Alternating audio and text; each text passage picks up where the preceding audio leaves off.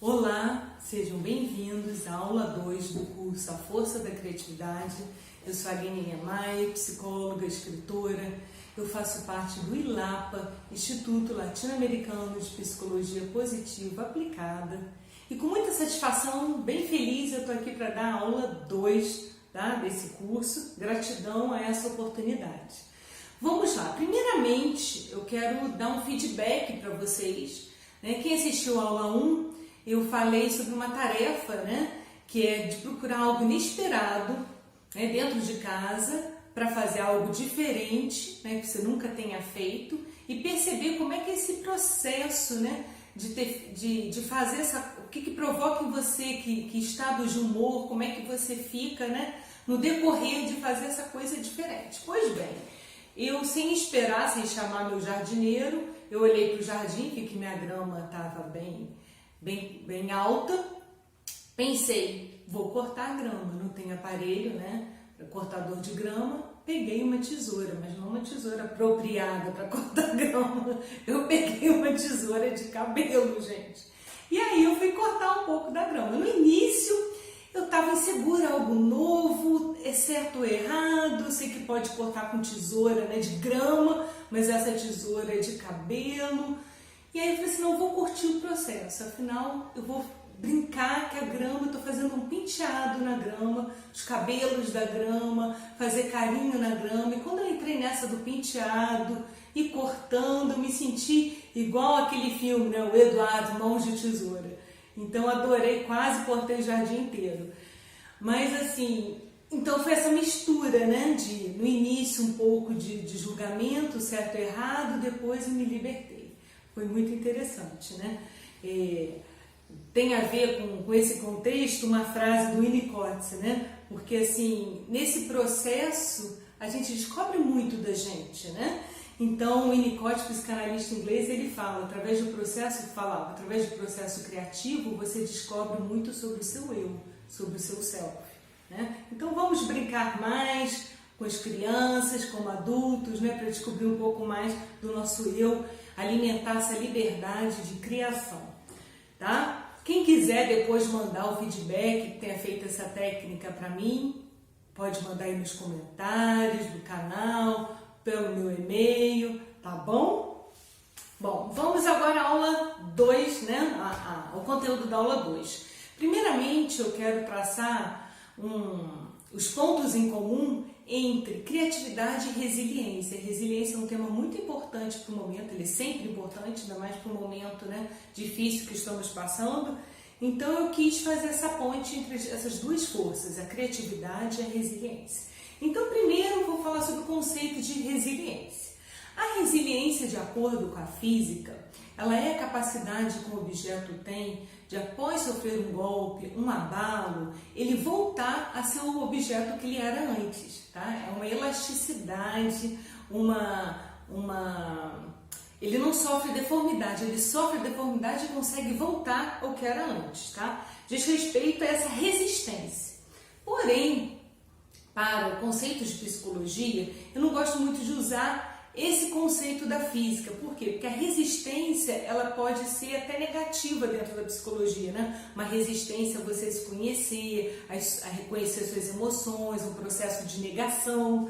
Então eu prefiro usar outras terminologias. Eu gosto muito do conceito do Boris Cyrulnik, psiquiatra, que ele fala assim que a resiliência é a capacidade de enfrentar e superar não só adversidades, mas traumas e de crescer com eles, tá? Então é mais complexo, mais profundo, tá? E ele fala da necessidade para isso do apoio afetivo, tá? Então assim, essa capacidade não só de voltar ao estado natural, mas de nascer de novo, se erguer, se enfrentar, se superar, crescer, modificar, tá?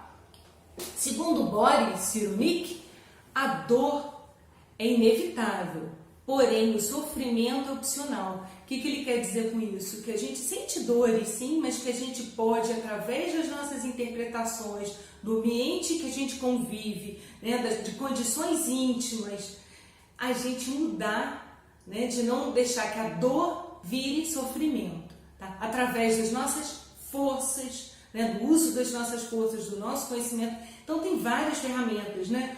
Através de você entender seu sentido de vida também, né, para tornar sua vida mais significativa.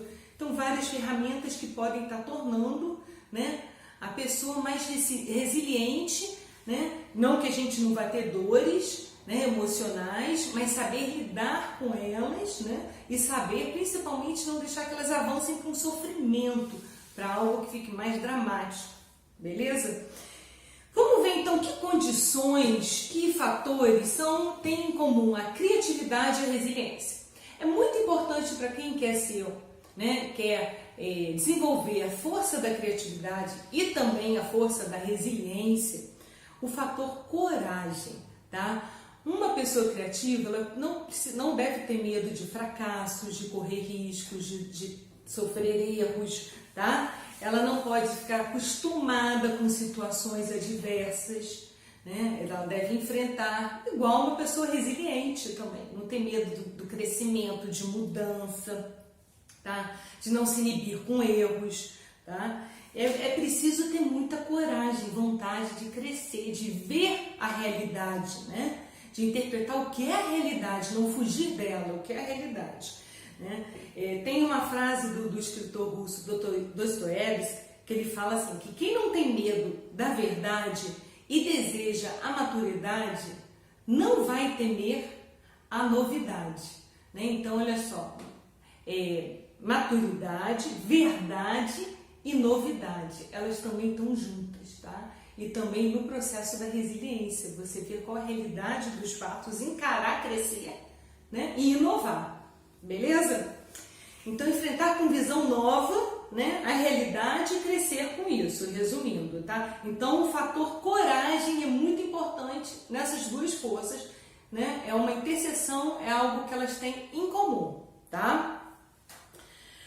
Até porque as duas, tanto a criatividade quanto a resiliência, elas ajudam o quê? Lembram? A resolver problemas, né? A resolver situações difíceis. As duas ajudam, né? São forças que ajudam a isso. Outro fator em comum, a responsabilidade. O que é responsabilidade? Responsabilidade vem de você saber responder às situações, responder com lucidez, com clareza de raciocínio, né? Então, quando você tem mais responsabilidade, você busca a transparência dos fatos e saber responder às situações de modo consciente. E o que acontece? Nesse mundo apressado, né, de muita ansiedade, as pessoas acabam o quê? Em grande parte respondendo de forma inconsciente, de forma automática, sem às vezes até parar para pensar. Tá? Ao invés de dar respostas mais elaboradas, pensadas, com reflexão, as respostas tendem a ser mais instintivas, automáticas, tá? São as mais comuns, né? Então a gente precisa estar treinando, trabalhando com isso, com esse fator da responsabilidade, tão importante para a criatividade quanto para a resiliência. Outra coisa é o fator da visão de futuro, tá?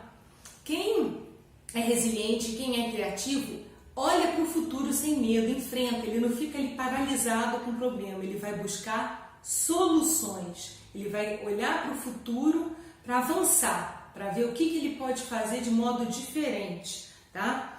Então, ele coloca, quanto mais significativo, quanto mais, né, garra ele colocar nesse desejo de um futuro melhor, maior vai ser a sua capacidade para superar dificuldades. Então, tem até uma técnica que eu queria estar passando aqui para vocês, que é a técnica da visualização de um futuro melhor, tá? Primeira coisa, assim, vocês imaginam um problema, né? Identifiquem o problema prioritário que vocês querem solucionar. Então, tá ali, você coloca. Aí você escreve tudo que pode ser de solução. Depois que você escrever tudo que você vê de solução para esse problema, o que você vai fazer? Você vai conversar com pessoas, amigos, para trocar ideias também, para ver se abrir, né, a visão, ampliar a visão por novas perspectivas, ver se eles vão trazer novos pontos que você não viu.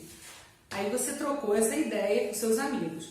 Depois, a terceira etapa é você visualizar. Então você, num momento de silêncio, paz, sem ser interrompido, fecha os olhos para visualizar esse futuro melhor, né, depois de ter levantado esses pontos de solução, tá?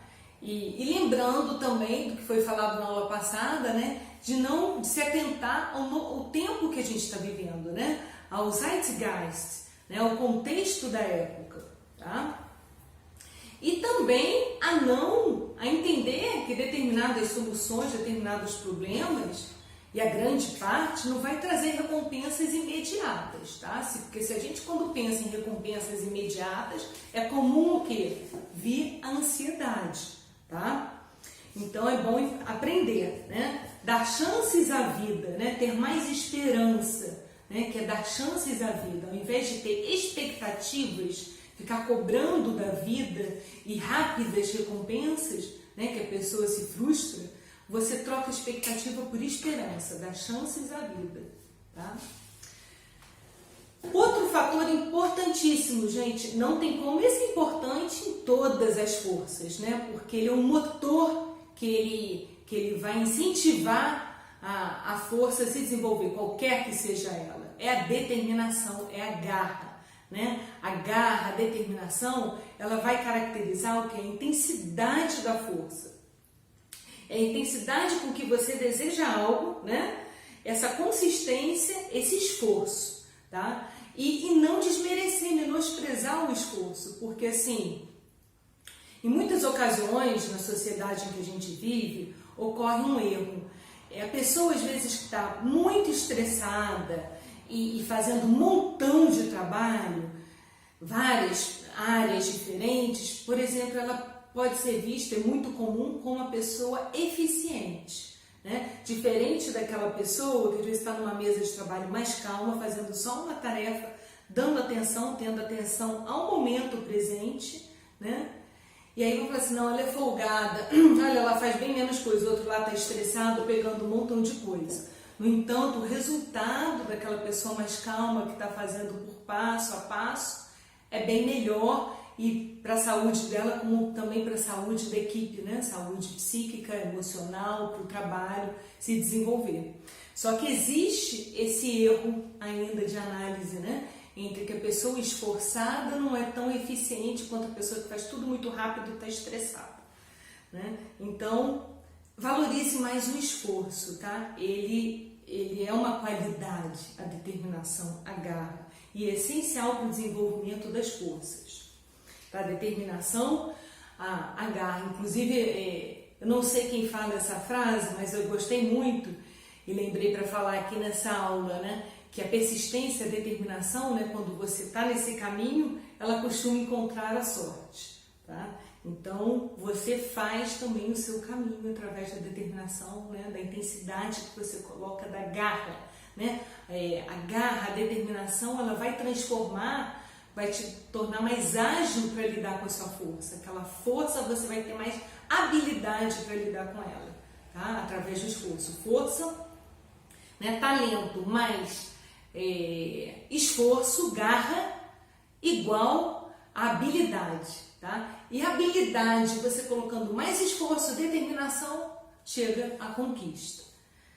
Beleza? Então, nesse aspecto, né, também da gente fazer essa força, mudar formas de pensar, existe uma limitação, mas que a gente pode, com certeza, que nós todos podemos ultrapassar. Não é uma limitação, não é a palavra certa, mas uma dificuldade, melhor dizendo, do cérebro, né? Nosso cérebro está muito acostumado a trabalhar numa rota, né? Aquela rota que para ele dá menos trabalho, que seria mais eficiente. Para quê? Para economizar energia, como se fosse uma questão de sobrevivência. Então, as atividades do cérebro buscam o quê? Caminhos mais fáceis, caminhos mais comuns, né? Então, quando a gente quer fazer caminhos, rotas neurais diferentes, né?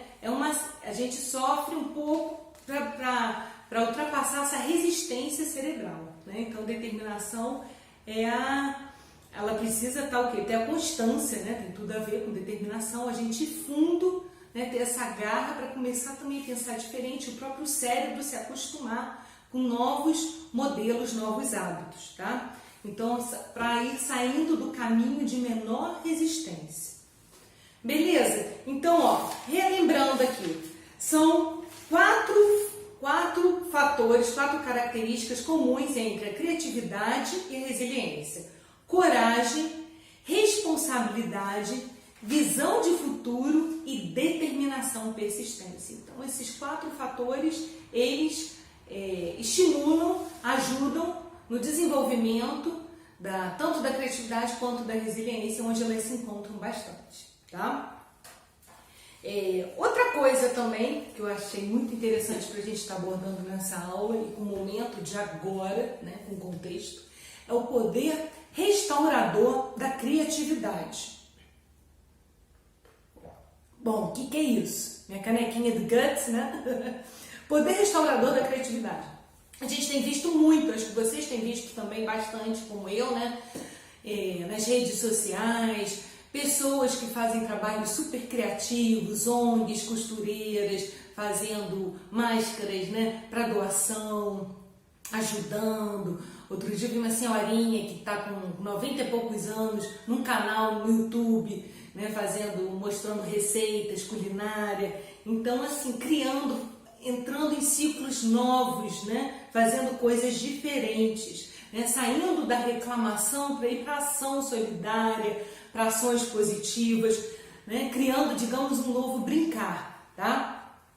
Então, esse poder restaurador da criatividade, ele é muito importante, principalmente em momentos difíceis, tá? Você pode encarar o problema, solucionar de formas diferentes e ainda ajudar o grupo, né? Muitas pessoas estão fazendo, né? Fazem vídeos engraçados que a pessoa se diverte também, que está conversando com o fogão, com a geladeira, com o ferro no final deu a melhor sugestão, disse que tudo vai passar, né? Então a gente se diverte, torna o problema mais leve, pode às vezes até não dar a solução completa, mas é uma parte, é uma pecinha ali para estar ajudando, né? Ao invés de reclamar, se a gente começar a pensar nas soluções, vai ser muito melhor. Tem até uma técnica, né? Que é a seguinte, para quem faz uma reclamação, você pede 3 soluções.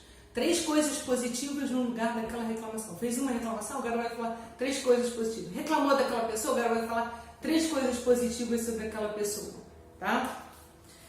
Beleza? Isso incentiva a generosidade. Tem inclusive até um caso que eu achei muito interessante, muito motivador, quando eu soube, de um ator chamado Tim Robbins. O Tim Robbins, quando ele fazia o filme O Sonho da Liberdade, como um prisioneiro, né, ele disse que teve essa inspiração e depois ele procurou presídios, né, um presídio detentos na Califórnia, para fazer um projeto através de peças teatrais, né, para que os detentos pudessem expressar sua criatividade. Com isso, claro, expressaram também suas emoções, né? Ele viu o quanto eles são capazes, o quanto a capacidade deles estava reduzida a um estigma, né, de que são prisioneiros, não mais nada que isso, e o quanto foi enriquecedor. Então, tá aí um projeto interessante, olha aí para quem é da área de teatro, né,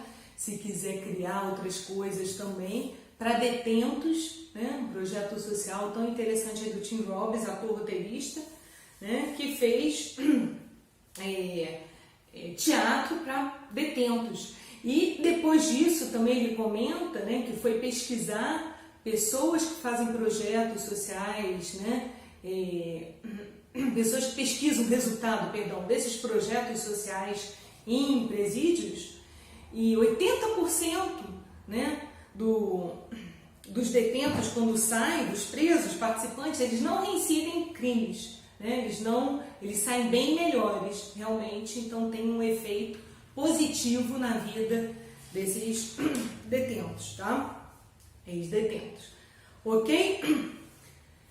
Agora nós vamos falar de uma coisa também que é interessante, que entra dentro do processo criativo, que é a diferença entre imaginação e fantasia, tá? A imaginação, ela é dirigida ela pode ser dirigida pela nossa vontade e ela pode virar realidade, né? Porque você entra num estado ativo, né? E tem a ligação, é guiado por fatos reais que você está imaginando. A fantasia, ela já por não ser guiada e estar dentro dos devaneios, né? Ela costuma não ter direção e aí causa o quê? Geralmente, né? Uma alienação mental, uma fuga da realidade. Claro que a fantasia, às vezes, você pode aplicá-la em brincadeiras, em momentos específicos, até que tragam uma mensagem naquilo que não é realmente real, mas que tem uma mensagem de vida, tá? Ela pode estar inserida no brincar, mas assim, dentro de um processo criativo para criar algo novo, né? A imaginação direcionada, guiada, é importante, ela é essencial, né? Ela é indispensável, né? A fantasia fica muito no ter ideias, tá? Ter ideias, mas ideias que não têm uma direção, que, como eu falei, não são guiadas, onde a pessoa devaneia, tá? Agora, ter ideias não é ser criativo, né? A gente ter ideias é parte do processo criativo, né? Ser criativo é ter ideias e executar essas ideias, tá bom? Então, e muita gente também usa a fantasia para camuflar o ego, né? Aí questões da psicologia também. E importante, então, nesse processo de imaginação, de fantasia, você entender como funciona a sua mente. Minha mente é mais do devaneio, né? Ou da imaginação. Né? Ouvir a sua mente, saber como o seu pensamento funciona. Tá? E começar também a treinar, a ver diferentes formas, visões para ampliar o seu entendimento sobre aquela ideia, a compreensão sobre aquela ideia. Né? Entender melhor a ideia que veio para você, que você pesquisou, que quer aprofundar. Outro fator, né, além dessa diferenciação entre imaginação e fantasia, muito importante dentro do processo criativo, é entender que a criatividade requer experimentação. Tá? A gente precisa estar experimentando, tá entrando naquele assunto, né, naquela área que você quer criar, né, e trocando ideias. Isso, né, foi bem falado, observando, avaliando, repetindo. Né? Então são esses três tópicos que entram na experimentação: a observação, a avaliação e a repetição.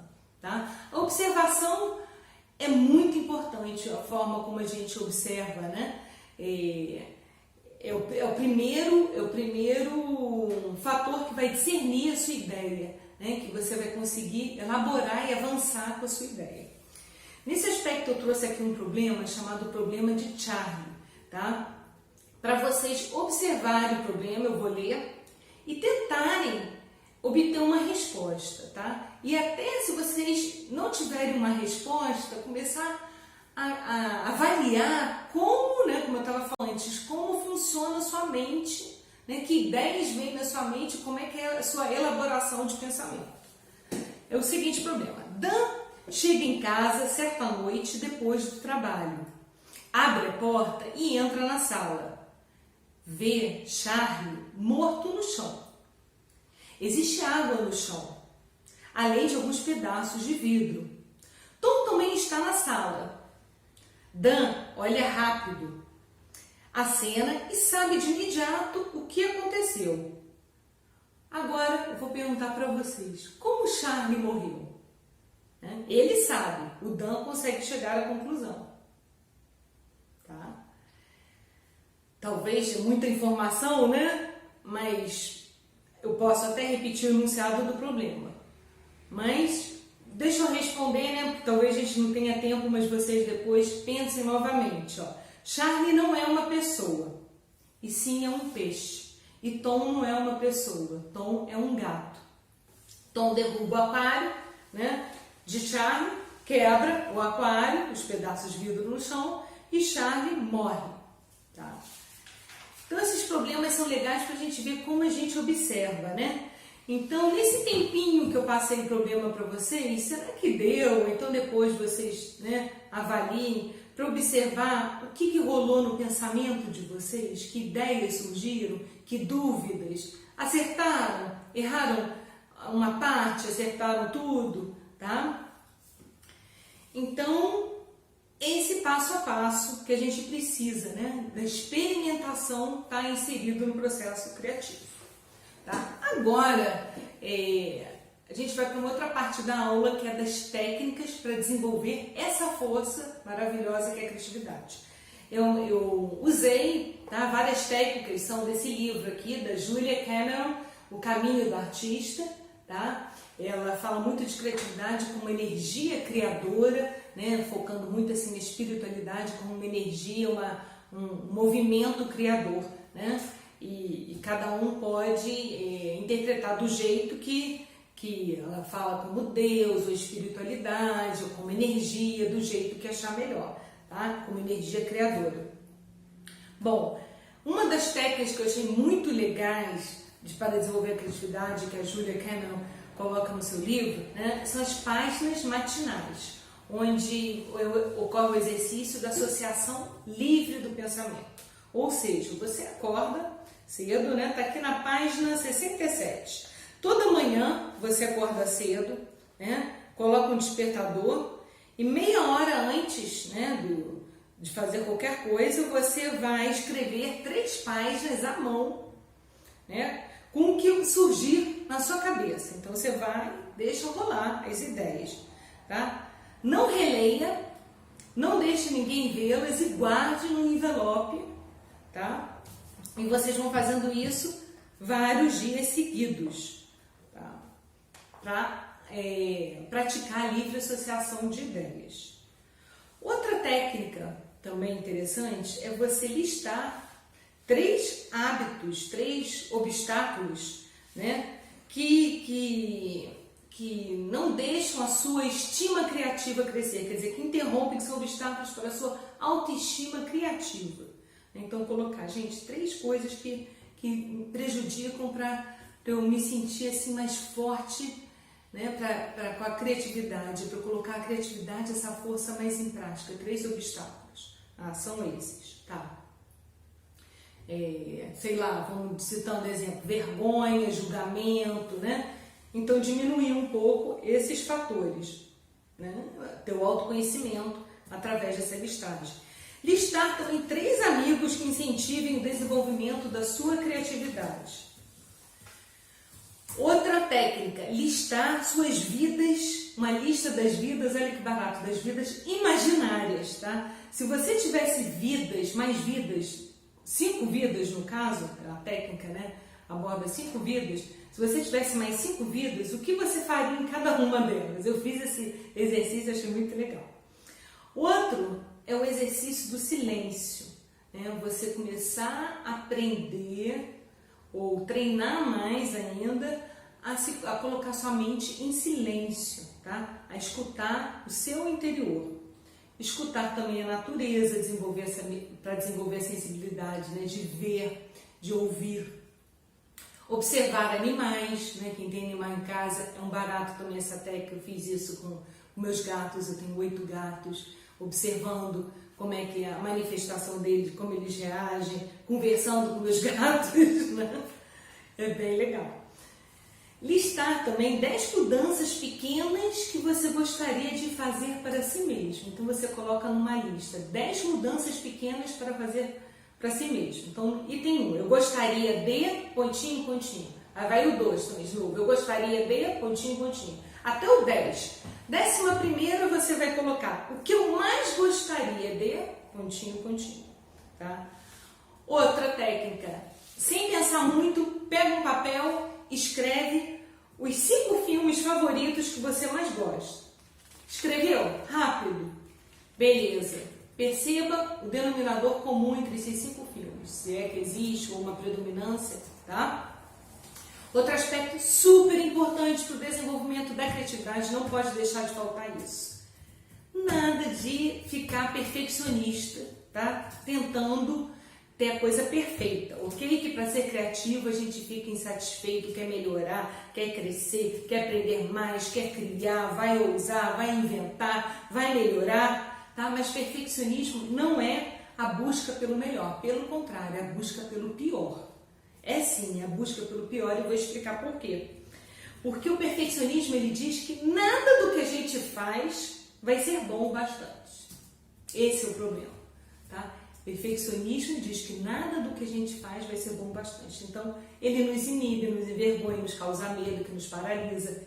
Não é uma boa no processo criativo de forma alguma, tá? E outra coisa, as obras, as criações, elas nunca estão acabadas. Uma pintura, um livro, nunca estão acabados. Eles simplesmente estão o quê? Eles param em algum lugar interessante. Em algum momento interessante, eles param.